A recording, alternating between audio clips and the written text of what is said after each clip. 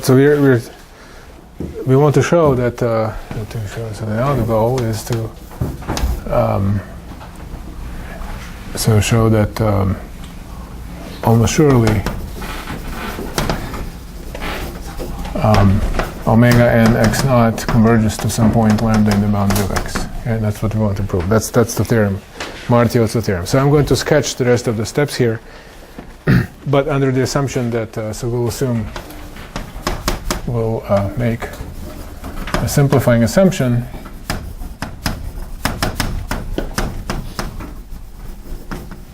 that boundary x is compact.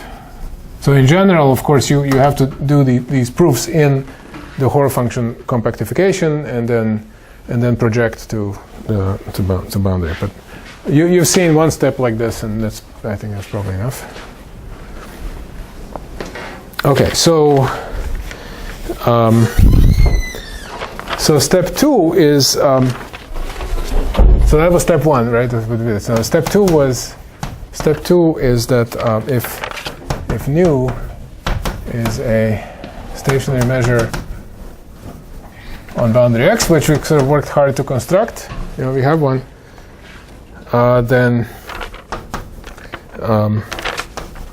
omega n nu. So you push forward by this path, by the sample path omega n nu. This converges to some measure on the boundary almost surely. Right. So for almost every path with respect to this measure p that we had on the space of paths, when you push the stationary measure by omega n, this will converge in the space of measures to some well-defined measure. It's not going to, not up to a subsequence, converge exactly on the nose. Okay, now I won't prove this if I have time, if you really want to see this, but this is a straightforward consequence of something called the Martingale convergence theorem. So this is some famous theorem in probability. For compact spaces, Furstenberg was the first one who formulated it this way, I think. This is called Furstenberg's lemma, but it really follows immediately from the Martingale convergence. And if you really want to see it, I can show it to you, but I'd rather not show you this step than the others. The other steps are kind of more interesting. Okay, so step 3 is that okay, so for almost every mu n or omega n, there is a subsequence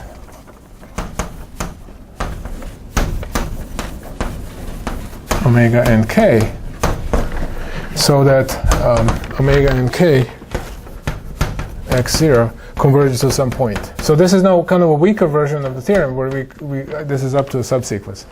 In the case of when the space is compact, this is really just saying that only on the set of measure 0 the sample path stays in a bounded set, right? If you have something like hyperbolic plane, the only way you're not going to have a subsequence that goes to a point at infinity is if you stay in a bounded set, and that's actually fairly simple to see. So we're proving it. Okay, well let me just so here's my x, and then there's boundary x, and we're worried about the set of sample paths that stay inside some ball. Okay, so you fix a ball and you wonder what. So fix a finite ball, and then what is the set of the measure p, right, of the paths set omega n, so that the omega x naught stays in this ball. Let's call it y, just like we did before.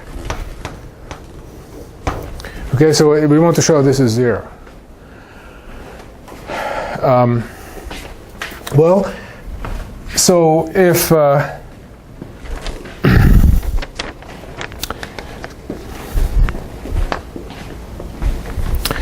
if the path stays inside this ball, then that means that the probability that the nth step of the path is inside the ball is at least as big as this number, right? So let's say this is say this is bigger than 0. So let's call it, say it's epsilon bigger than 0. And we want to get a contradiction. Well, what we know is that mu star n then of this ball y must also be at least epsilon. This is the nth convolution.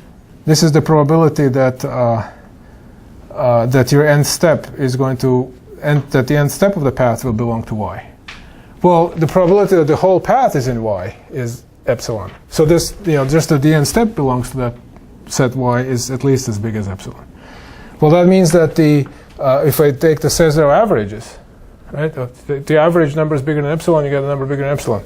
So mu we call that mu n bar or something of y is also bigger than epsilon. And then we've constructed a stationary measure by taking a limit or of some subsequence of this. But if all of these are bigger than epsilon, then in the limit it'll be bigger than epsilon. So this means that the nu of y is also bigger than epsilon, where nu is the stationary measure constructed in proof 1. Okay, so this is why this is one place where we cannot. I showed you how to use Schauder's theorem to get stationary measures, but in this particular proof we need the Cesaro average construction. So we need to know. Okay, so we conclude that there is a particular stationary measure that applied to this finite ball is bigger than epsilon. But I just showed you that these finite balls have to have measure 0. That was in the previous, before the break. Right? That's this argument with disjoint balls. So that's a contradiction. Contradiction to step 1, or the proof of step 1 or something.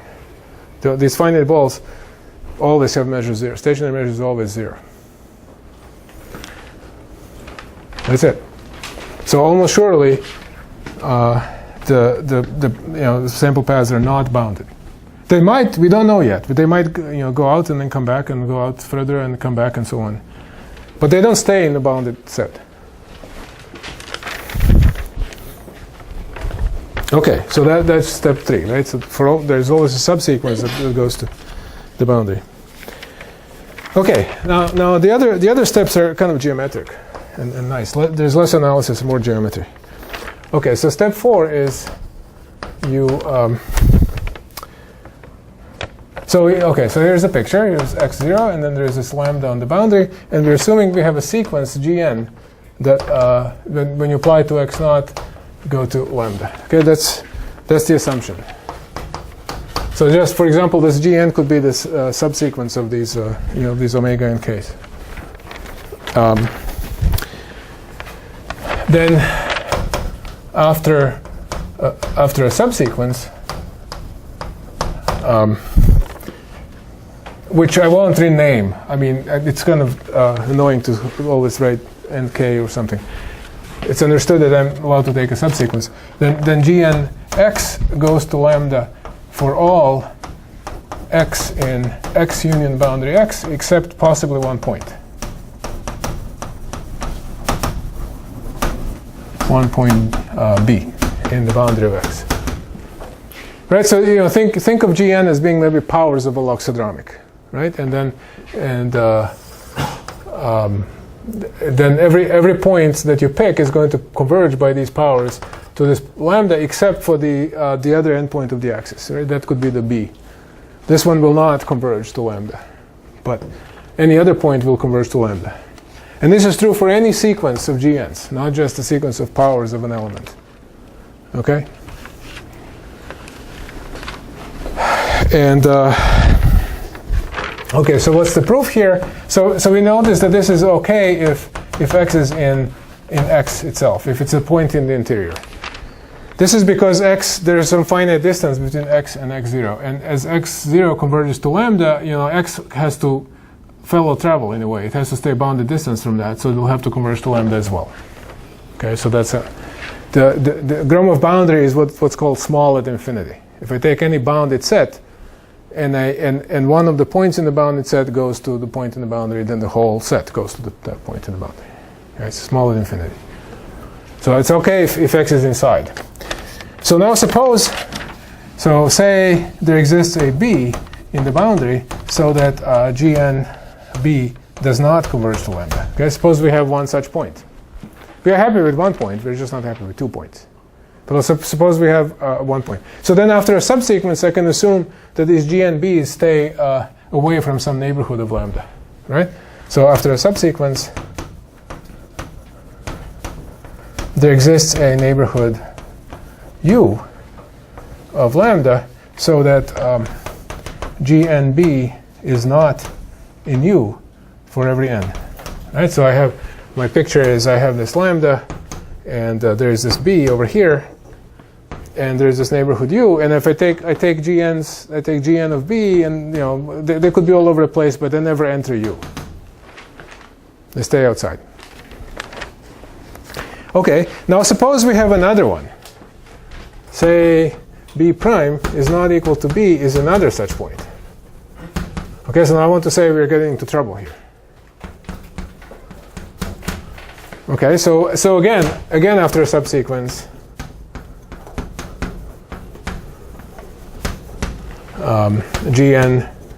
GNB prime is never in U. Or maybe you have to make U smaller, right? But let's call it still U. So we have B and we have B prime, and we look at we apply Gn, and we never get into U. So there's GNB prime is over here, but there's okay. So let's draw a geodesic between B and B prime, or maybe it has to be a quasi-geodesic if the space is not locally compact. Okay. Now, if the endpoints B and B prime are not near lambda, then the geodesic is also not near lambda. Okay, so that's a basic feature of hyperbolic spaces. You can think of these neighborhoods as being essentially convex, or even either a neighborhood or a complement of the neighborhood. Either one can be thought of as being convex. Sorry. This you could set it up so that either one is convex, and so if the endpoints are outside, then the whole geodesic should be outside. You may have to shrink U for that to be true, but so if I take GNB prime, this will also be disjoint. So this intersect U is empty. So maybe after shrinking U for all n. But then these points, you pick any point on this BB prime, that point doesn't have a chance of converging to lambda. If it never, this is on this geodesic, it never enters U. So how can it converge to lambda? And we just saw that that this is, for any point in X, in fact, you get convergence. So this contradicts the fact that convergence for X in X. Okay, so you can have only one such point. You can't have two.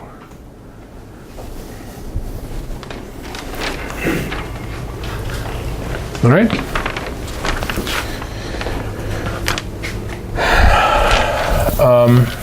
All right. Now the next step, step 5.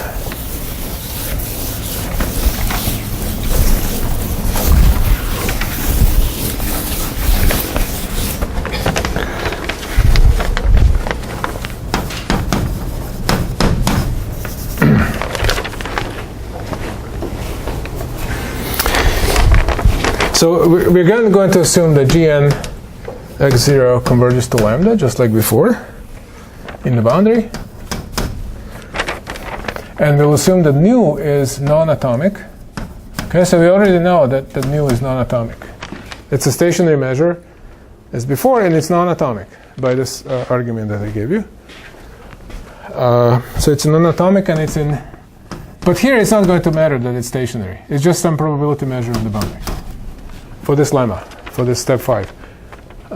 Nu is just non-atomic, and it's a probability measure on the boundary. Okay, then after a subsequence,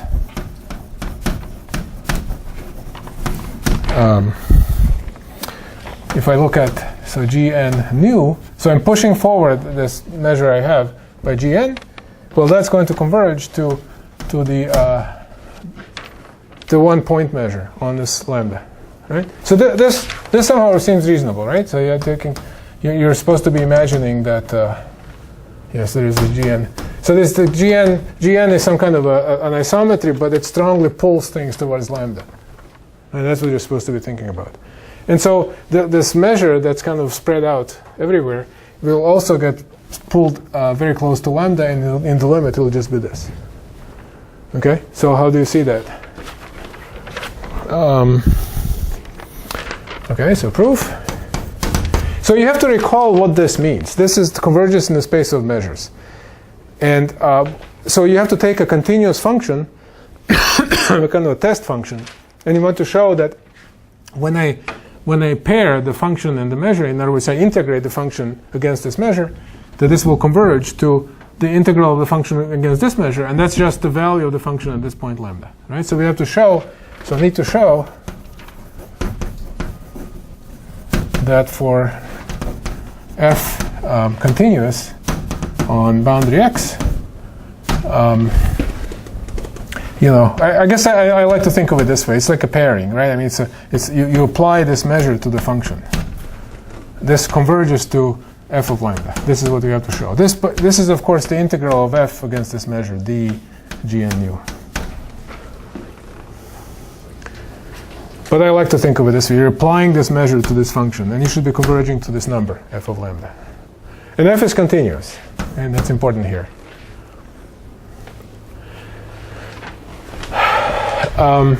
Okay, so how do we see that?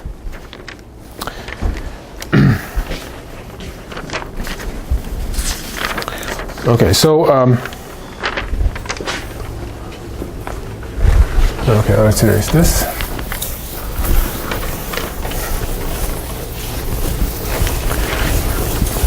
Okay, so I'll start by choosing a neighborhood of lambda so that on this neighborhood, this function, which is continuous, is nearly constant.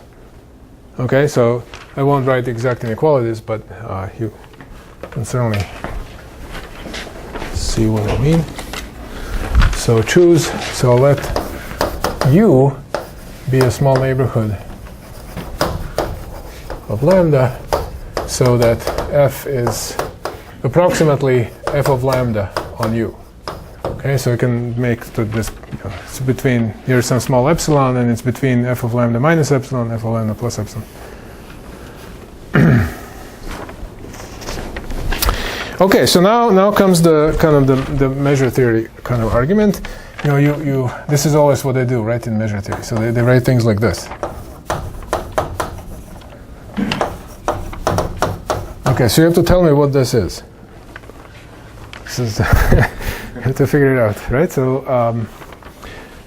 so if I fix capital N, then what this means is that, you know, this is the set of points that from this capital N on, you know, the Gn of that point x is in U. And when I say union like this, that's just the set of points that's eventually in U after iterating with Gn, right? And what is that? That was the previous lemma. That's all the points except maybe one, right? Every point except for this point, bad point B, eventually gets into U. Okay, so this is boundary x minus B. Well, or boundary x. Maybe B doesn't exist, but it could be. Okay, it's missing at most one point. And then my non-atomic assumption tells me that the measure here is 1. I'm just losing 1 point here. So the measure here is 1. Right? Because measure of B is 0. Okay, now this is an increasing union. And so that means that these sets have measured, they're getting closer and closer to 1. And then in particular, and this is an intersection of sets. So in particular, each one of these sets has measured close to 1. Right? So for large n, Gn inverse of U has measured close to 1. As close as I like, right? That's what follows from this discussion. Okay. So now I'm ready to try to compute this. So what is Gn nu of f? Okay, so here you have to, you know, this is there's some, you know, usual some formalism here, but this is the same as nu of f composed with Gn.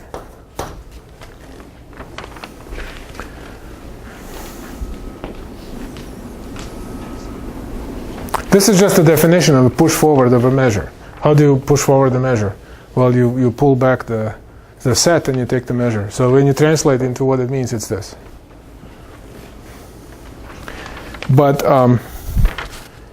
this, f composed with gn, this is approximately equal to f of lambda on gn inverse of u, right? Because f is approximately f of lambda on u, and so f composed with gn is going to be approximately f of lambda f of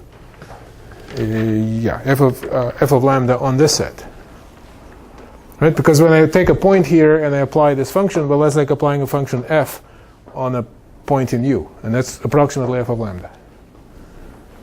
So the set, so this function that I'm trying to integrate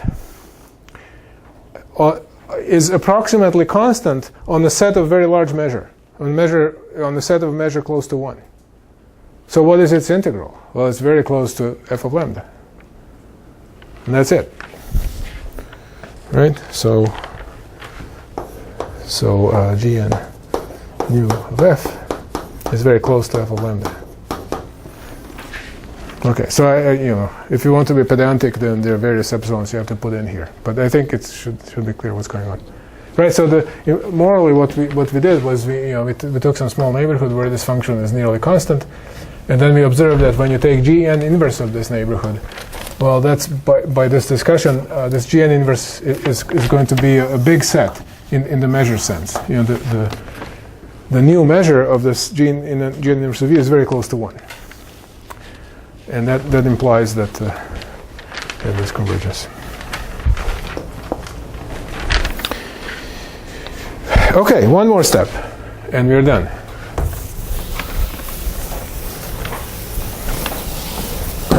This is step 6.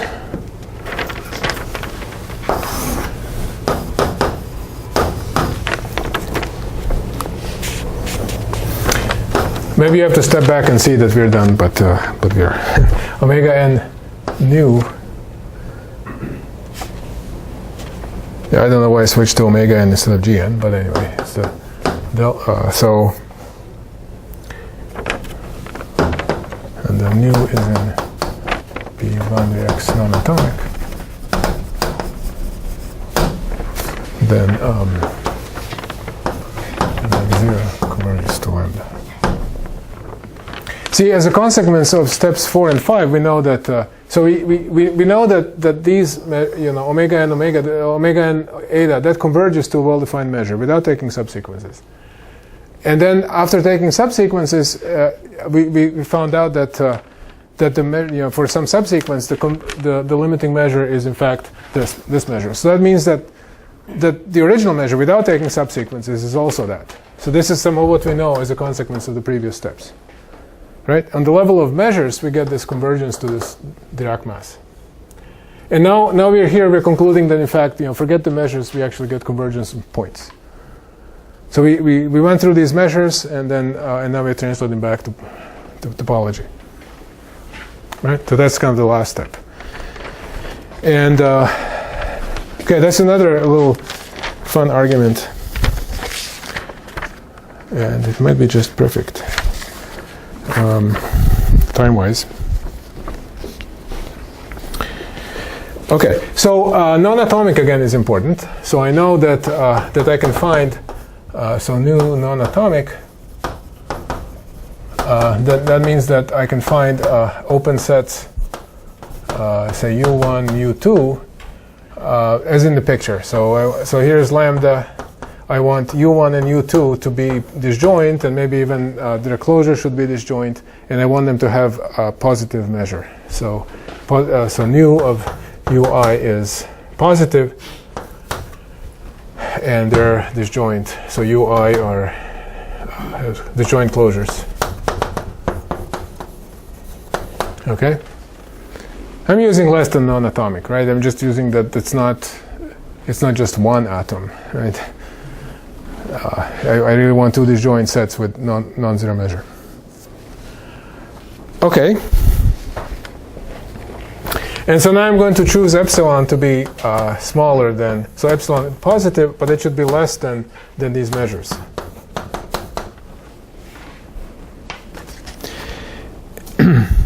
And then I'm going to choose. So I'm going to pick a small neighborhood V here. So let V be a small neighborhood. Small neighborhood of lambda. What I know is that, by this assumption, we know that. So for large n, we know that the measure of, when you push forward, so omega n nu, if you apply it to V, you get something close to 1. So in particular, it's bigger than 1 over 1 minus epsilon half. Right? This converges to 1. Right? The measure in the limit, the measure is 1. And so for large n, it'll be as close to 1 as you like. So for large n, I have this. But in particular, that means that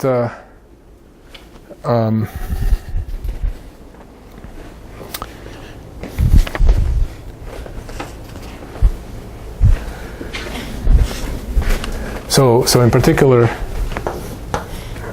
omega n ui intersect V must be non-empty. Because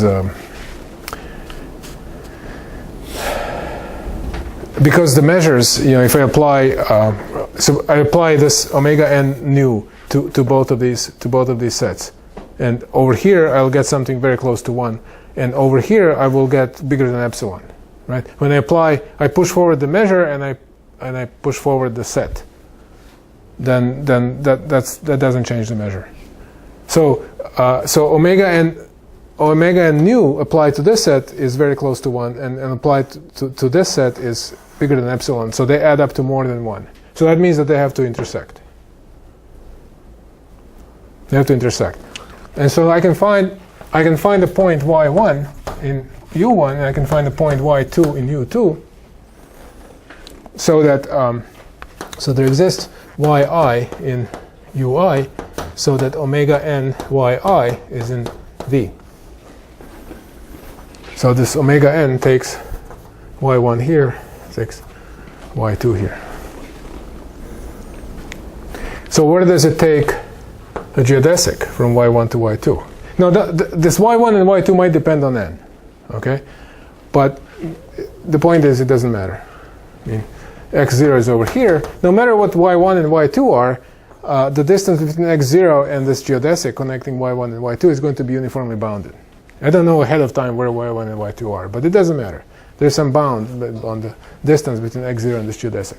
But omega n is taking that geodesic completely inside V, because the endpoint is going to V, and as usual, I can assume V is convex. And so that means that x0 is also very close to V, but V was arbitrary. So that means that x0 will converge to lambda. Okay, so I said this in words, but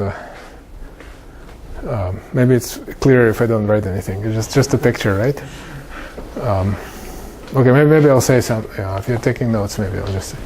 So omega n. So omega n of y1, y2 is in V. This is assuming, so say, convex, which you can assume always. And the distance between x0 and this geodesic y1, y2 is uniformly bounded, independently of y1 in u1 and y2 in u2. I mean, I can choose different points in u1 and u2, but the distance is uniformly bounded anyway. And so that implies, so since V was arbitrary, this means that omega n x0 converges to lambda.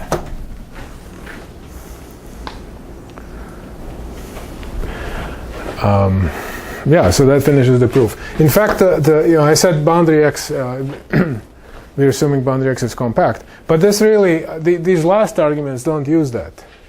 These last three, steps 4, 5, and 6, don't care whether boundary x is compact or not. It was really just the martingale convergence. Martingale convergence is only for compact spaces, so there's some hard work there to get that to work for non-compact boundary. So I don't know. I don't want to torture you with Martingale. I mean, if you're really interested, I can spend 10 minutes and tell you what Martingale convergence is and how to derive the Forstenberg lemma. But that maybe that's if you're really curious. I mean, it's clearly explained in the paper. You can just look at the paper. It's also in Wikipedia. It's a famous lemma. Forstenberg's lemma, and it's explained there too.